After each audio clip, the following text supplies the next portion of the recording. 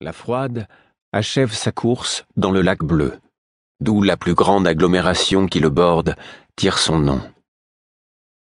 Au début du règne du roi Subtil, la campagne au nord-est du lac était renommée pour ses champs de céréales et ses vergers.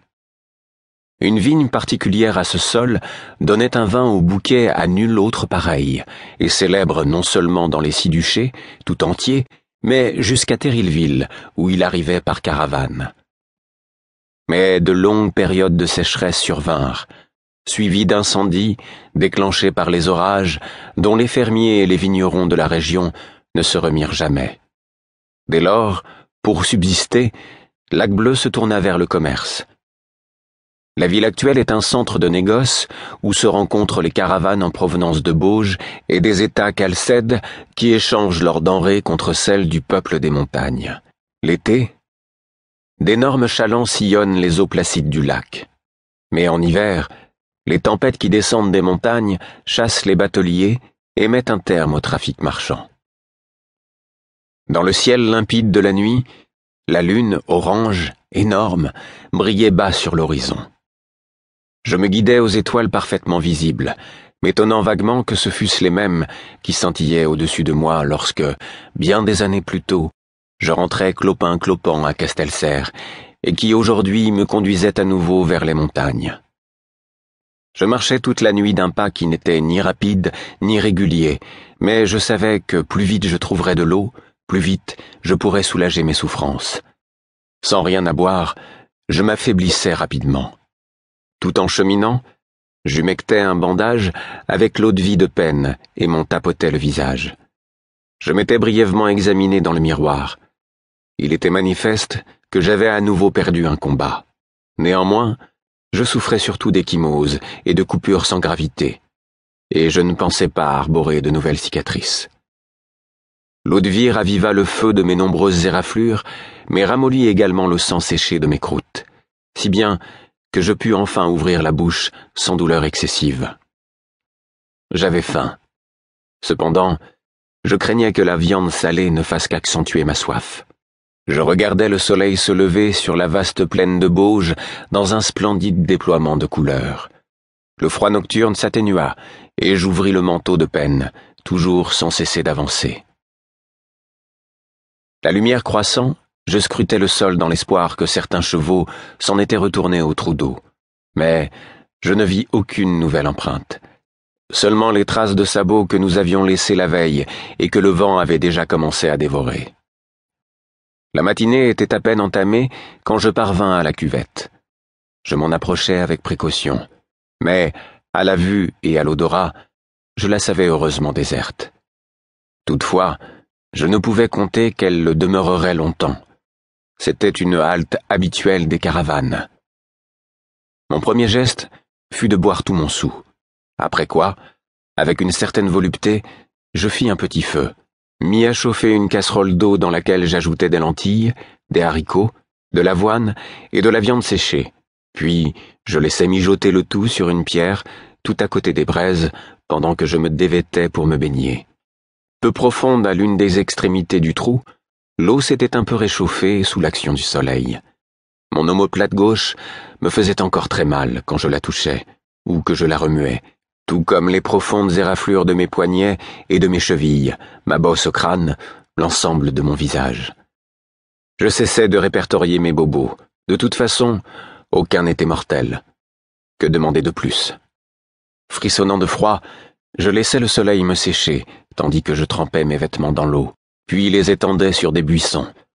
Ensuite, je m'enveloppais dans le manteau de peine, bus un peu d'eau-de-vie et touillais ma soupe. Il me fallait ajouter régulièrement de l'eau, car les légumes secs se ramollissaient avec une lenteur désespérante. J'attendis donc, assis auprès de mon feu, en l'alimentant de branchages ou de bouses sèches. Au bout de quelque temps, je rouvris les yeux et m'efforçai de déterminer si j'étais saoul, épuisé de coups ou simplement recrus de fatigue. Mais j'estimai rapidement l'entreprise aussi futile que l'inventaire de mes plaies et bosses, et je m'attaquai à ma soupe telle qu'elle était, avec les haricots encore un peu croquants. Je la fis descendre d'1 ou 2 gorgées d'eau-de-vie, dont il ne restait guère. Enfin, Après de nombreux atermoiements, je me décidai à remettre de l'eau à chauffer, puis nettoyais mes écorchures les plus profondes, y passais de longs gants et bandais celles qui pouvaient l'être.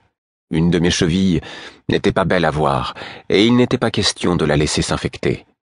Quand j'eus fini, je m'aperçus que la lumière baissait. Je n'avais pas vu le temps passer. Puisant dans mes dernières forces, j'éteignis mon feu, remballai mes affaires et m'éloignai du trou.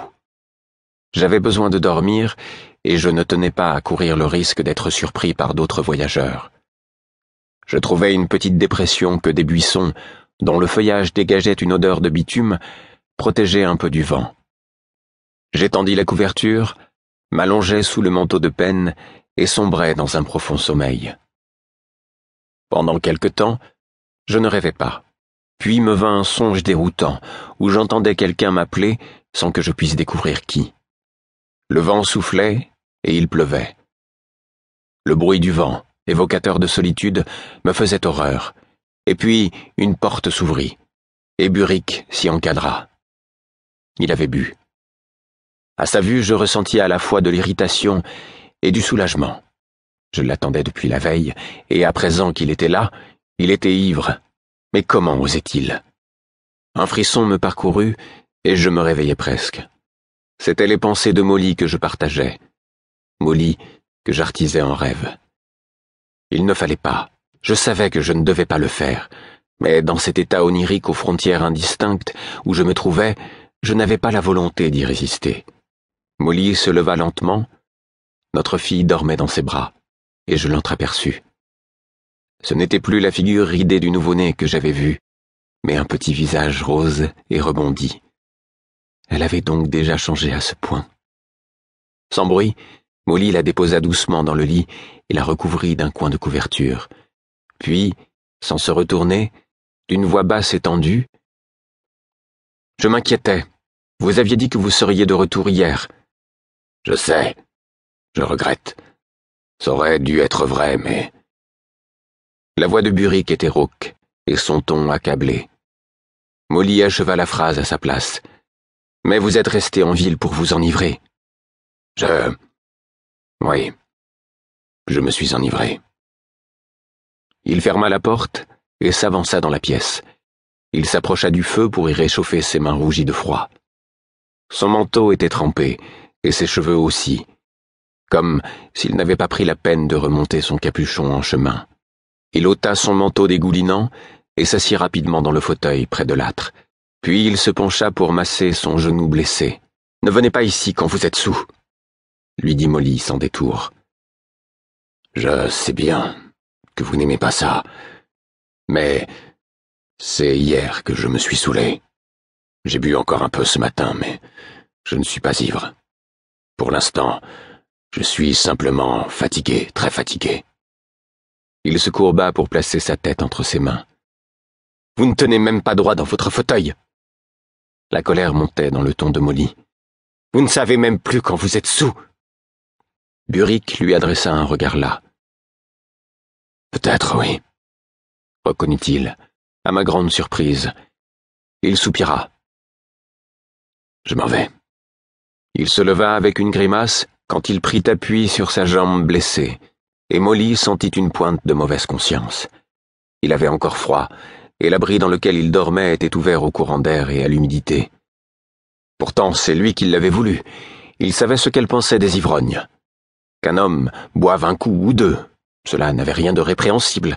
Elle-même prenait un petit verre de temps en temps, mais arriver comme cela, en tenant à peine sur ses jambes, et vouloir lui faire croire que... « Puis-je voir la petite un instant ?» demanda Burick à mi-voix. Il s'était arrêté à la porte. Je discernais dans ses yeux une expression que Molly était incapable de voir, parce qu'elle ne le connaissait pas assez, et j'en eus le cœur déchiré. Il avait de la peine. « Elle est là, au lit. Je viens de la coucher, » répondit sèchement Molly. « Puis-je la prendre? Rien qu'une minute. » « Non. Vous êtes ivre et vous avez les mains glacées. Si vous la touchez, vous allez la réveiller. D'ailleurs, vous le savez bien. Pourquoi voulez-vous faire ça? »